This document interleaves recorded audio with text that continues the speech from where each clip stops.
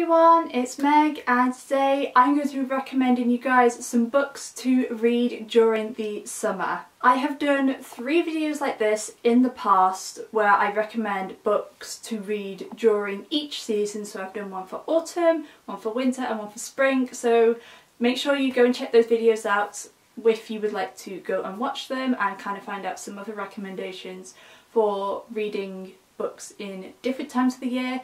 But this is the only season that I haven't done one for, so we're gonna do it. And I have quite a lot of books. This is probably the largest amount of books I have for one of these recommendation videos. I just feel like summer is like the season for contemporaries, you know?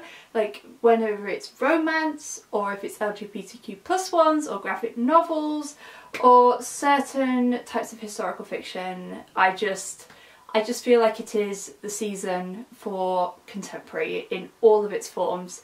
So I have quite a lot of books to share with you guys today. I have 9 books, which I feel like might be the largest amount, I'm not entirely sure, but I have 9 books and I am very excited to talk to you guys about them today. So hopefully I won't talk about them too long, otherwise this video is going to be super long. So without further ado, let's get into the video. So I'm going to start off with a bunch of books that are LGBTQ plus books, and I feel like I'm going to also start this off because this video is being filmed in June. It should be going up in June as well, and obviously June is Pride Month, so I feel like obviously it is really important to read queer books throughout the year, not just during Pride Month, but obviously it is Pride Month in June. So I have a few books to recommend to you guys, and the first one is Boy Queen by George Lester. I read this book last summer when I was on holiday, and it was just like the perfect read. I read the most of it on the beach, and this is just such a fun read, and it is about our main character called Robin, and he's in his final year of 6th form, and he applied to go to drama school. He thought he was going to get in, he told so many people, and then unfortunately he did not get accepted, and Robin feels like his life is falling apart because he doesn't know what to do next, and he always has loved drag, and he goes to a drag performance for his birthday, a local drag performance, and he just really utterly falls in love with it and wants to start doing drag, so he starts doing drag. And I love books about drag. I have not read enough of them. I've only read a handful, maybe about 4 books roughly, and I need more. And this is a super fun book. If you love drag, you will love this. If you love Drag Race, you will love this.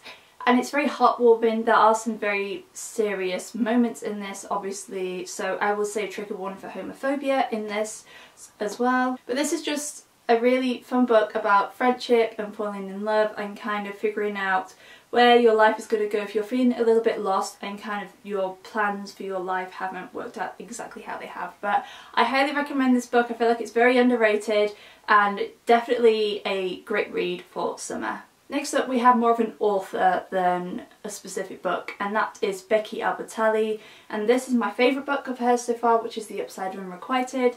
I haven't read a Becky Albertalli book in a very long time, since Leah on the Offbeat came out, which is a good couple of years ago now. But I feel like these are wonderful books. Obviously they're LGBTQ plus books, all of her books are, and they all have some aspect of romance in them, and like I said, I feel like romance is just such a summer thing to read about. I don't know if it's just me, but I really like to kind of read romances in the summer because they're kind of usually, not always, but usually a little bit lighter depending on the book. And I just love her books. They're very easy reads. I feel like, again, they're great reads for going on holiday. I know that obviously with the pandemic going on, it's not always easy to go on holiday, but at least at the moment in the UK, you are allowed to go on holiday certain places abroad, and you're allowed to go, you know, different places in the country. But I just really adore her books, and I love the characters. They're such easy reads, and I just feel like they're perfect for this time of year. Next up we have another one that is, again, a little bit more of an author recommendation than just a single book, and that is Alice Oseman. And I feel, I don't even know why, I think it's just because purely they are contemporary books that I love to read, and I've read the majority of Alice's books during summertime, so I feel like that is a theme with quite a lot of these books. Again, I've read them during summer, so there's kind of that nostalgia of like reading them during the summertime, and I think this is my favourite book. No, it is definitely my favourite Alice Oseman novel, which is Loveless. And again, another LGBTQ plus book. I have 2 more after this, which are actually graphic novels. And yes, same reasons for Becky Albertelli's books, to be honest with you. I feel like they're great reads. I just have such a connection with them in the summertime, and I feel like they're a book that are just great to kind of take away, or obviously if you're on school holidays or anything along those lines. I feel like they're just great books to kind of just sit down, get cozy, or kind of like lay out in the sunshine and just read. So that's again similar reasons why I think these books are great for summer. Speaking of Alice Oseman, I obviously had to include the Heartstopper graphic novel series, and again I feel like with the majority of these books I've read them kind of at spring time to summertime. I tend to reread them during summer, but again I feel like this is just a super easy, fun, cute, quick read, and obviously a great book for Pride Month as well. And then I also have one more graphic novel, which is Bloom by Kevin Panetta and Savannah Ganucciu. I'm really sorry if I've got that wrong, I'm so bad at pronouncing names. But this, again, another queer graphic novel about 2 boys and a bakery, and it is set during summer as well. And there's a beach, like they live near the beach. Can't remember quite where this book is actually set, but again, another book, same with the majority of these reasons. I read it during summer, I read it during the reading rush last year. Absolutely loved it, it's so fun, and I kind of love the blue theme, kind of reminds me of like the sea and like all that sort of thing. But again, such a really fun read, great read for Pride and a great read for summer all around. Now we're on to the other 4 books that I have, and the next one that I have is Eliza and Her Monsters by Francesca Zappia. This is one of my favourite books of all time, and I don't really talk about it on my channel enough, to be honest with you. I really love this book. The main reason why I'm recommending this at this time of year is because I read it for the first time during the summer, and it is a book that took me utterly by surprise. I loved it so much more than I thought I did. I've read it 3 times now. I don't know if I'm going to reread it again, or if I will, it'll probably be quite a long time down the line. But I really love this book, and this is about our main character Eliza. It is quite a popular book, but just in case you don't know, about our main character Eliza, who is very much a nobody. She is a nobody at school, she's a bit of a weirdo, a bit of a freak, a bit of a loner, and she doesn't have any friends, and she doesn't really like get along with her family very well. But online, she is the creator of one of the most popular webcomics, Monstrous Sea, and she is anonymous. Nobody knows who the actual creator is until a new boy comes to her school who is one of Monstrous Sea's most famous and most well-known fan artists. And she knows who he is, but he doesn't know who Eliza is, and that is all you need to know about this book. This book is wonderful. Obviously, if you love like comics and all that sort of thing, and art, and I feel like you would really enjoy this book.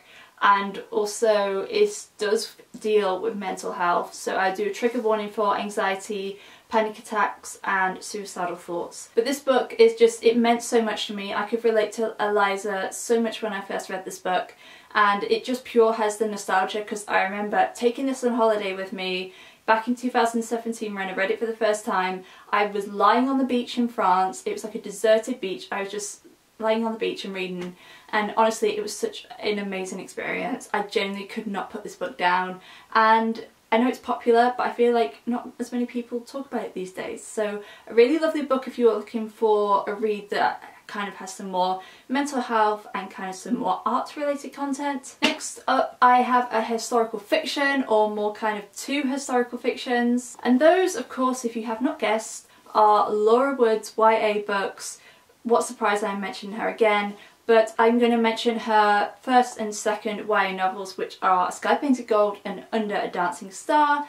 And I think these are some of the ultimate summer reads. If you are a historical fiction fan and you want a historical fiction set in summer, you need to read these books.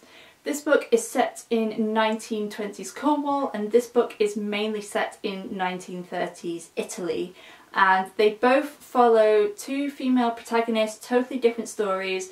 In this book we follow our main character Lou, who ends up befriending two siblings who live on a very fancy house on an island off the coast of where she lives, and it's very Great Gatsby-esque, and there is loads of parties and glamour and shimmer and all that sort of thing. And then this book is about our main character Bee, who goes to stay with her uncle in Italy for the summer, and their house is lived in by a load of artists, and very bohemian-esque.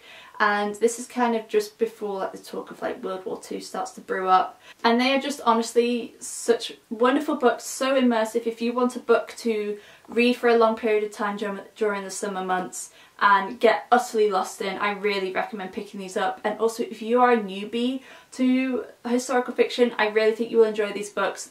These are the books that got me into historical fiction in the first place, and I absolutely adored them and think they are perfect reads for the summertime. And then I have my last YA book, and again this is a trilogy, and that is To All the Boys I Loved Before by Jenny Han. Of course we needed like a really good, mainly straight up romance. I have another romance book which is my last book on this recommendations, but I feel like again this is a rather iconic series, very popular. I probably don't need to explain to you guys what this is about, but I just feel like this is perfect, you know, like if you want a good fluffy summer romance, I feel like this is definitely the book series for you. And this was a book that took me by surprise, and I'm really glad I ended up reading it because it is probably one of my favourite series, and it is more than just a romance as well, which I also like about it, and it does have a deeper meaning. But definitely recommend if you're looking for more of a romance related book. And then the last book that I have is probably my only adult book, and this is also a series but I haven't read the other books in it, and that is True Love at the Lonely Hearts Bookshop by Annie Darling. And if you want a UK rom-com, this book is for you. This follows our main character called Verity Love, and she works in a bookshop which is owned by her friend, and she works with her friends, and she is very much an introvert. She lives with her cat on her own, and she always gets questions about her dating life. So she basically has made up this guy who doesn't actually exist, saying that he's her boyfriend, but he's always away because he's an oceanographer. And then one day she ends up getting a mix-up in a restaurant with this guy, and they basically start like dating, and you don't need to know much more than that. It is so funny, it's so British, and obviously if you're a book lover, if you love the fake dating trope, I honestly think you will adore this book. It is just so much fun, and like I said, this is a trilogy. This is actually the second book. I didn't realise, but I don't think you have to read them in order. I think they're more companions because it follows Verity in this book, and then her two other friends are in the other two books of this series. But it's just such a fun read, and like I said, if you want a UK rom-com that is going to make you smile, that has needy cats, it has a bookshop, it has fake dating, this book is definitely for you. So those are all the books that I have to recommend to you guys. I really hope you enjoyed this video.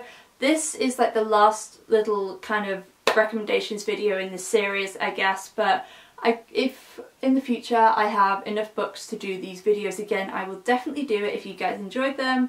And let me know if you have read any of these books and your thoughts on them, because I would always love to know. And let me know some of your favourite summer reads, some books that you love to read in the summer, some that have a very much a summer nostalgia to you, in the comments below, because I would love to know as always. If you like this video, I would really appreciate it if you could give it a thumbs up, as it really does help me out.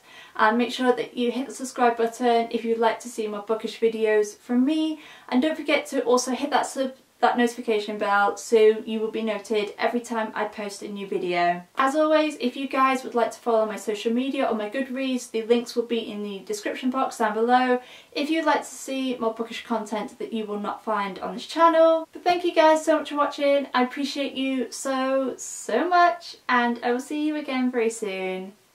Bye!